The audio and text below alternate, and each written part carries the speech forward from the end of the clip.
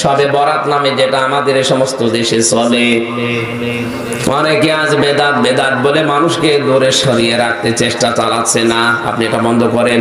কারণ সবে বরাত নেসফে শাবান নিয়ে প্রায় নির্ভরযোগ্য 15টা হাদিস আমার মতো ছোট মানুষই পেয়েছি।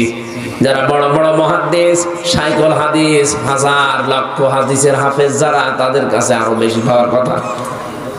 তাও যেমন তেমন সাহাবী বর্ণনা করেনি। বিশ্ব নবীর স্ত্রী হযরতে আয়েশা সিদ্দিকা, হযরতে আবু হুরায়রা, মুআয ইবনে জাবাল, আবু বকর সিদ্দিক, হযরতে ওমর, এরকম বড় বড় সাহাবীরা বর্ণনা করেন গভীর রজনীতে বিশ্ব নবী মুহাম্মদুর রাসূলুল্লাহ নিজে জান্নাতুল বাকিতে কান্নাকাটি করছিলেন।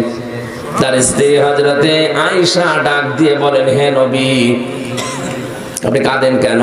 নবীজি বলেন, আয়েশা, তুমি জানো না আজকে কোন রাত? আজকে নিসফে শাবান, শাবান মাসের 14 তারিখের দিবাগত রাত। আজকের এই ময়দানে, আজকের এই রাতে মহান আল্লাহ প্রথম আসমানে এসে বান্দা বান্দীদেরকে ডাক দিচ্ছে। 5 প্রকার মানুষ ছাড়া দুনিয়ার সব মানুষকে আল্লাহ নাকি মাফ করে দেবে। তা আমি ঘুমিয়ে থাকবো কি করে?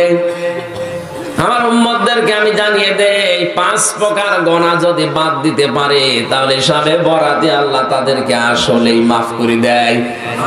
যে 5 প্রকার মানুষকে সবে বরাতে আল্লাহ মাফ করে না। নারী পুরুষ যারা আছেন শোনেন, আপনি নফল রোজা রাখতে পারেন, নফল নামাজ, কোরআন শরীফ, জিকির আজকার করেন, কোনো অসুবিধা নেই। কিন্তু 5 প্রকার মানুষের ভেতরে যদি আপনি পড়ে যান, সবে বরাতে, সবে কদরে, সবে মেরাজে না, কাবা শরীফে গিয়ে পড়ে থাকলেও মাফ হবে না। কয় প্রকার? বলেন বলেন।